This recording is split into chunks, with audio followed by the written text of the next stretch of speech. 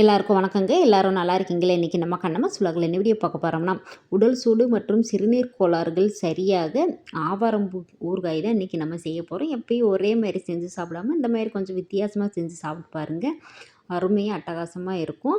சூடான சாதத்துலையெல்லாம் பிணைஞ்சு சாப்பிட்டோம்னா நல்லாயிருக்கும். 6 மாதம் ஆனாலும் கெட்டு போகாது. ஃப்ரிட்ஜில் ஸ்டோர் பண்ணி வச்சு நம்ம தேவைப்படும் போது எடுத்து சாப்பிட்டுக்கலாங்க. ஆவாரம்பூ முட்டை தான் நான் எடுத்திருக்கேன். மலர்ந்த பூ இருந்தாலும் நீங்கள் சேர்த்துக்கலாம்.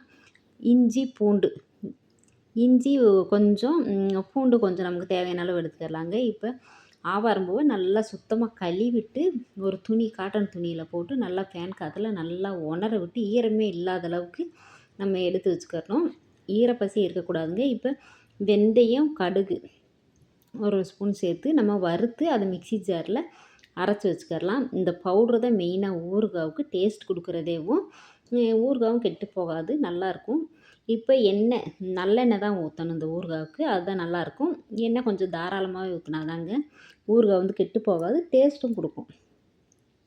இப்போ நல்லெண்ணெய் ஊற்றி இஞ்சி பூண்டு நம்ம உரித்து வச்சுருக்கோம் இல்லையா, அதை சேர்த்து வதக்கலாம். வதக்கிட்டு இப்போ புளி புளி கொஞ்சம் தேவையான அளவு நீங்கள் சேர்த்துக்கங்க. நான் கம்மியாக தான் சேர்த்துருக்கேன். இது பழைய புளினால் கருப்பாக இருக்குது. எண்ணெயிலேயே நல்லா லோ ஃப்ளேம்லேயே வச்சு நல்லா வறுத்துக்கிறணும். நல்லா வதங்கட்டும். வதங்கிட்டு இருக்கும்போதேவும் அப்புறமா நம்ம ஆவாரம்பூவை சேர்த்துக்கிறலாம். பாருங்கள், லோ ஃப்ளேம்லேயே வச்சு நல்லா வதக்குங்க. இப்போ ஆவாரம்பூ பார்த்திங்கன்னா சேர்த்து அதையுமேவும் எண்ணெயிலே தான் நம்ம வதக்க போகிறோம். தண்ணி கொஞ்சம் கூட சேர்க்கக்கூடாது. தண்ணி சேர்த்தோம்னா அது கெட்டு போயிடும். தண்ணி சேர்க்காமல் நம்ம எண்ணெயிலே தான் வதக்கி எண்ணெயிலே தான் நம்ம அரைக்க போகிறோம். இப்போ பெருங்காயை கட்டி ஒரு துண்டு, இந்த கட்டி பெருங்காயம் இருக்குது பார்த்தீங்களா, அதை அப்படியே தட்டி அதையும் நம்ம சேர்த்துக்கலாம். எல்லாம் எண்ணெயிலேயே நம்ம சேர்த்து நல்லா வதக்கிறோம். நம்ம தனி மிளகாத்தூள் சேர்க்க போகிறோம். அதனால் மிளகாலாம் காஞ்ச வத்தல் எதுவுமே சேர்க்கலை. இது டீ கஷாயம் இந்த மாதிரி குடிக்கிறதுக்கு இந்த மாதிரி நம்ம கல்லுப்பு கொஞ்சம் சேர்த்துக்கிறலாங்க, ஒரு ஸ்பூன் தேவையான அளவு. இந்த மாதிரி கொஞ்சம் குடிக்கும்போது செஞ்சு சாப்பிடும்போது கொஞ்சம் நல்லாயிருக்கும். எப்பயும் ஒரே மாதிரி இந்த கஷாயம் இந்த சாம்பார் வைக்கலாம், சட்னி வைக்கலாம், துவையல் அது இதுன்னு வச்சு சாப்பிட்றதுக்கு இந்த மாதிரி கொஞ்சம் வித்தியாசமாக நமக்கு பூ கிடைக்கும்போது ஊறுகாய் செஞ்சு வச்சுக்கிட்டோம்னா நல்லாயிருக்கும். இந்த பொடியெல்லாம் நம்ம செஞ்சு வைப்போம் இல்லையா, அது மாதிரி இந்த ஊறுகாயை செஞ்சு வச்சு நம்ம சாப்பிட்டுக்கலாம். இட்லி பொடி அதெல்லாம் விட இது கொஞ்சம் நல்லாயிருக்கும் சாப்பிட்றதுக்கு. குழந்தைகளாம் சாப்பிடாதவங்களுக்கு இந்த சாப்பாடு கூட வச்சு பிணைஞ்சு ஊட்டி விட்டுடலாங்க. இப்போ நல்லா வதக்கியாச்சு. ஆறவும் நம்ம மிக்ஸி ஜாரில் சேர்த்து அரைக்க போகிறோம். பாருங்கள், நம்ம அப்படியே நல்லா வதங்கிடுச்சு பாருங்கள். ஏன்னா இது கொஞ்சம் ஃப்ரெஷ்ஷாக அப்படின்ட்டு வந்தோடனே வச்சா நல்லா இருந்திருக்கும். நான் 2-3 நாள் ஆயிடுச்சுங்க. அதனால் கொஞ்சம் இதாக இருக்குது பாருங்கள். மிக்ஸி ஜாரில் அரைச்சாச்சு. இந்தளவு தான் அரைக்க முடிஞ்சு. ஏன்னா நம்ம கொஞ்சமாக தானே சேர்த்துருக்கோம். அதனால் இன்னும் கொஞ்சம் எக்ஸ்ட்ரானா இன்னும் கொஞ்சம் நல்லா நைஸாக இருந்திருக்கும். இதுவே நல்லா தான் இருந்துச்சு. இன்னும் கொஞ்சம் நல்லெண்ணெயை ஊற்றிக்கிறலாங்க. எண்ணெயை ஊற்றி நம்ம காரத்துக்கு தகுந்த மாதிரி மிளகாத்தூள், நான் காஷ்மீரி சில்லியும் சேர்த்து அரைச்சனால கொஞ்சம் கலராக இருக்கும். எண்ணெய் ரொம்ப காஞ்சதுக்கப்புறமா போட்டோம்னா மிளகாத்தூளை போட்டோம்னா கருகிரும். அதனால் எண்ணெயை ஊற்றின உடனே நம்ம மிளகாத்தூளை போட்டு லேசாக அந்த சூடாகவும் நம்ம அரைச்சி வச்சுருக்கோம் இல்லையா, அதை சேர்த்துடணும். அதை சேர்த்து அப்படியே நம்ம வதக்கிடணுங்க. பாருங்கள், அரைச்சி வச்சதை சேர்த்து அந்த எண்ணெயிலேயே அரைச்சனால கெட்டு போகாது, நல்லாயிருக்கும். நீங்கள் புளி வேண்டாம் அப்படின்னு நினச்சிங்கன்னா இந்த மிளகாத்தூள் எல்லாம் சேர்த்ததுக்கப்புறமா இந்த இதெல்லாம் மசாலா எல்லாமேவும் அரைச்சதுக்கப்புறமா லாஸ்ட்டில் இறக்க போகிறதுக்கு முன்னாடி லெமனு ஒரு எலுமிச்சம்பழத்தை புழிஞ்சு ஊற்றி அப்படி இறக்கிடலாம் அந்த பொடியை போட்டு.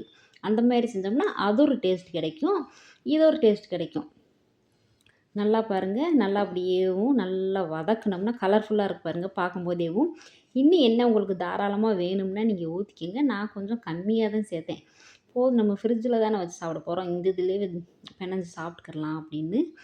நல்லா கலர்ஃபுல்லாக நல்லா வாசமாக இருந்துச்சுங்க. அந்த சாப்பாட்டில் பிணைஞ்சு சாப்பிடும்போது கொஞ்சம் டிஃப்ரெண்ட்டான டேஸ்ட், அந்த ஆவாரம்பூ டேஸ்ட்டு தெரிஞ்சு நல்லா இருந்துச்சு.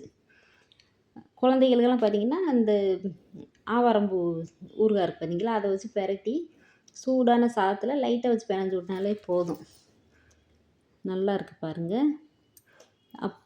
நல்லா வதங்கினதுக்கப்புறமா அந்த பொடியை நம்ம கொஞ்சமாக, ஃபுல்லாக போட போகிறதில்ல, நம்ம கொஞ்சமாக தேவையான அளவு சேர்த்து அப்படியே கிண்டி இறக்கிற வேண்டியதாங்க. சர்க்கரை அளவை கட்டுப்படுத்தும். பாருங்கள் சூப்பராக இருக்குது பாருங்கள். நல்லா பசி எடுக்கும். நல்லா பார்த்தீங்கன்னா அப்படியே கிளறி விட்டு இறக்கிற வேண்டியது தான். சூப்பராக நமக்கு ஆவாரம்பூ ஊறுகாய் ரெடி ஆயிருச்சு. அட்டகாசமாக இருக்குது பாருங்கள் பார்க்கும்போதேவும். இன்னும் எண்ணெய் நல்லா அப்படியே தழும்ப தழும்ப ஊற்றணும்னாலும் இன்னும் ஒரு 1/4 லிட்டர் எண்ணெய் ஊற்றினாலும் நல்லாயிருக்கும். நம்ம போதும் நம்ம வீட்டுக்கு தானே, ஃப்ரிட்ஜில் வச்சு தானே நம்ம சாப்பிட போகிறோம். வெளியில் வச்சு சாப்பிட்டோம்னா எண்ணெய் நல்லா நிறைய ஊற்றணும். ஃப்ரிட்ஜ் இல்லாதவங்க நம்ம வெளியில தான் வச்சு சாப்பிட்ற மாதிரி இருந்துச்சுன்னா, எண்ணெய் நிறைய ஊத்துனா தான் இந்த மேலே ஊறுகாவுக்கு மேலே எண்ணெய் நிற்கணுங்க. எண்ணெய் நின்னா தான் அந்த ஊறுகாய் வந்து 6 மாதம் 1 வருஷம் ஆனாலும் கெட்டு போகாது. ட்ரையாக இருந்துச்சுன்னா சீக்கிரமாக கெட்டு போக வாய்ப்பு இருக்குது. இப்போ பாருங்கள் அந்த ஊறுகாய் எல்லாம் எடுத்து வச்சதுக்கப்புறமா அந்த சட்டியில் வடை சட்டியில் போட்டு சாப்பாடை பெனஞ்சு சாப்பிட்டேன். சூப்பராக இருந்துச்சு. சூடான சாப்பாடெல்லாம் பெனஞ்சு சாப்பிடும்போது வேறு லெவலாக இருக்கும். நீங்கள் ஒரு தடவை ட்ரை பண்ணி பாருங்கள். நம்ம வினிகர் எதுவுமே சேர்க்கல. நம்ம வீட்டில் இருக்கிற பொருளை வச்சு சூப்பராக செஞ்சாச்சு. ஆவாரம்பூ கிடச்சுன்னா இந்த மாதிரி செஞ்சு சாப்பிட்டு பார்த்து எப்படி இருக்குன்னு சொல்லுங்கள். பாய், நன்றி, வணக்கம்.